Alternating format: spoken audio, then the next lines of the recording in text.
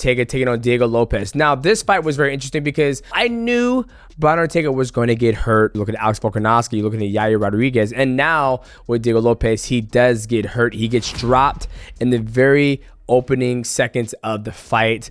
He survives. You see Diego Lopez, try to finish him on top, but he doesn't get the finish. But you saw Diego Lopez, if you go back and watch the fight, Diego Lopez kept grabbing his throat. He kept grabbing his throat. He'll move, grab his throat, and grab his throat. I'd be kind of curious, did he injure his esophagus or something like that? I'm not sure. But obviously he was out there for Alexa Grasso's fight, helping corner. But I think the biggest thing, when you look at the Brian Ortega fight versus Diego Lopez, Brian Ortega would throw his shots and appreciate his work. What do I mean by that? You throw a jab, you go pop, and you look, and you're trying to see the reaction of your opponent and see what your jab do. Did your jab do anything?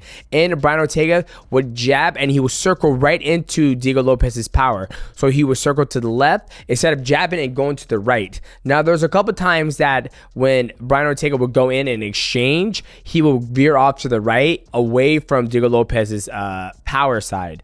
So that was the interesting thing. I don't know why Brian Ortega was throwing a jab and going to the left. Now, Brian Ortega was starting to see a little bit of success with the jab, but Diego Lopez was just faster on the feet, more athletic, and he did a good job of kicking that fucking calf. Now, the calf kick is something new in the 20th century that people aim for that spot on your leg where even if you check it, it still hurts.